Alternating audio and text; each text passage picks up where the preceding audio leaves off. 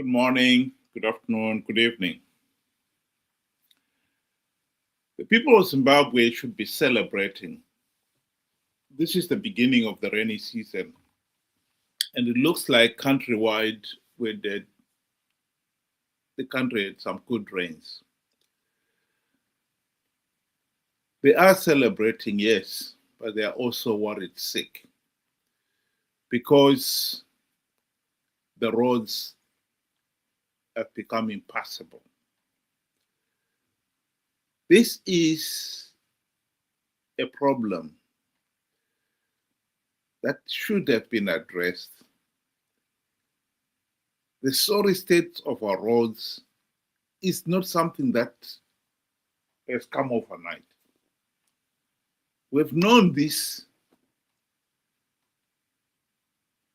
for a long, long time, and we've done nothing about it. And now we are paying dearly for it. Benjamin, welcome to the program. Good day to you and good day to all viewers. Thank you for joining us.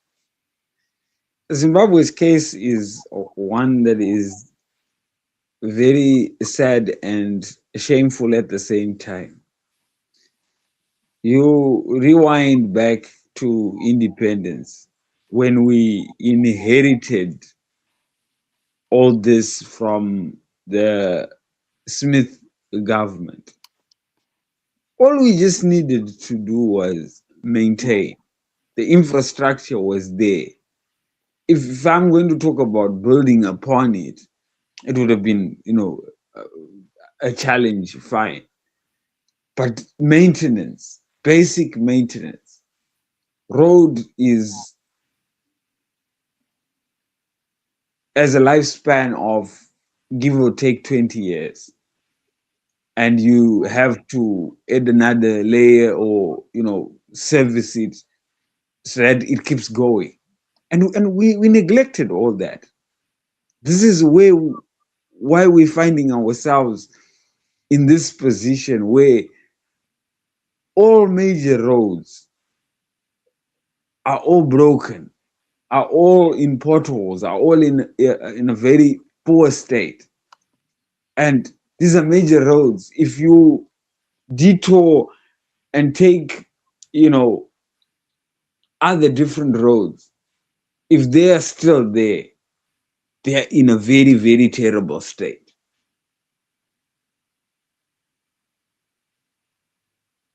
We have a government that has neglected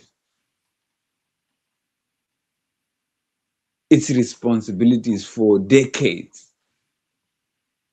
And now we are paying the price. Now we are seeing everything collapse right in front of us. It's sad. It's really, really sad. I just played the video clip of the experience of this individual.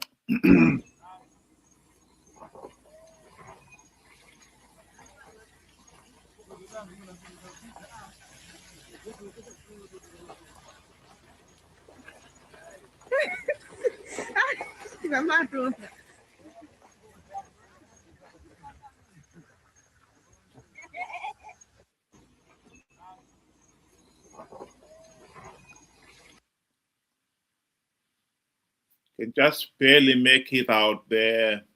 It's something else for ED.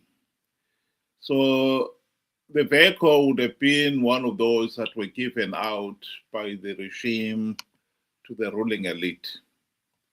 But even they are finding it a challenge to travel around.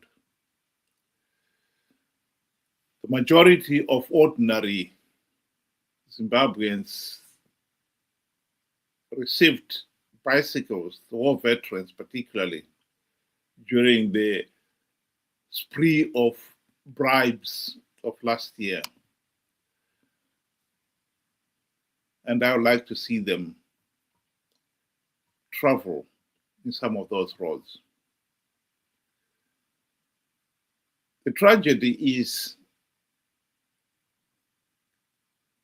we have our priorities wrong.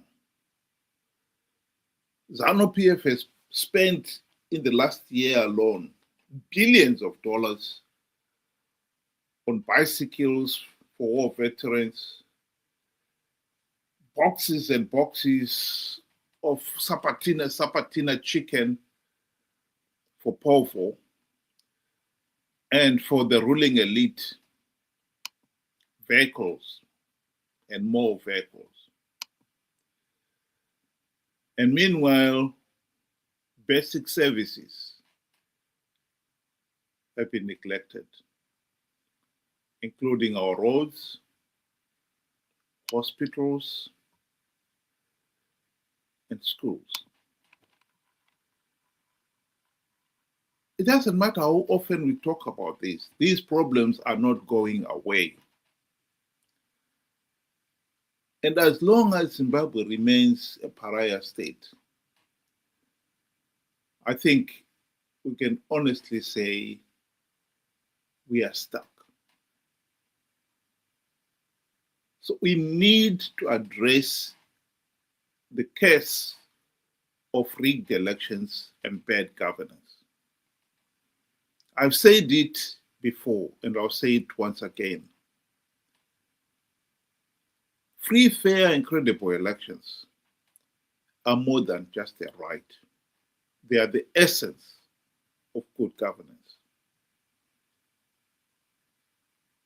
And after 45 years of rigged elections and bad governance, we in Zimbabwe desperately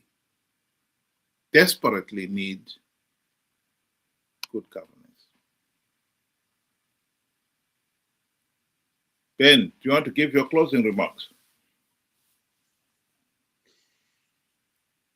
As we can see, like you said, in the past year and even right now, we are seeing ZANU-PF do a lot of PR, trying to get the crowd excited by giving prominent people, cars, monies, and so forth. That does not build a country. That actually takes away investment that is needed elsewhere. You showed a picture of, I think that is a child in a school sitting on bricks. It's not even a school. It's just somewhere outside. If you were to take $500,000, that loan that was given to the minister, and build a school for that child, you have invested in the future. ZANU-PF are investing in themselves. They're bribing their way so that they can secure the next election or seat or power, and depriving us of basic needs and investment for the future. And I agree, you mentioned something that is very important. The essence of good government comes from having the ability to hold free, fair, and credible elections. And it is through free, fair, and credible elections that we can have a government that is accountable. And accountability is a fundamental requirement for democracy. So, as long as Zimbabwe continues to rig elections, as long as we fail to have free, fair, and credible elections that meet up to the Constitution of Zimbabwe, that meets up with the standards that is being set all around the world, including our neighbors, South Africa, Botswana, we will never have any functioning economy. Road networks provide us with, you know, infrastructure development, provide us with increase in trade, tourism, the list goes on. And we are seeing this collapse. Our roads are in a bad state. And we can never attract any investment when you cannot be able to move from point A to point B. We need to first of all fix the problem. And our problem is rigged elections. And unless we fix that, we are going to be here talking about even far worse. Because each and every day we are seeing Zimbabwe seems to be sinking deeper and deeper into a mess, into a state of failure. It's really sad. Thank you. Thank you very much. I just want to remind the listeners out there that we do hold an open discussion every Saturday and Sunday, to which you are all invited. Same time, 6 o'clock UK time, 8 o'clock Zimbabwean time. And would like to wish you all a Merry Christmas. And those in Zimbabwe who are traveling, be careful. The road system is in a bad state. And so if you can avoid it, you should not travel by night or when it's raining.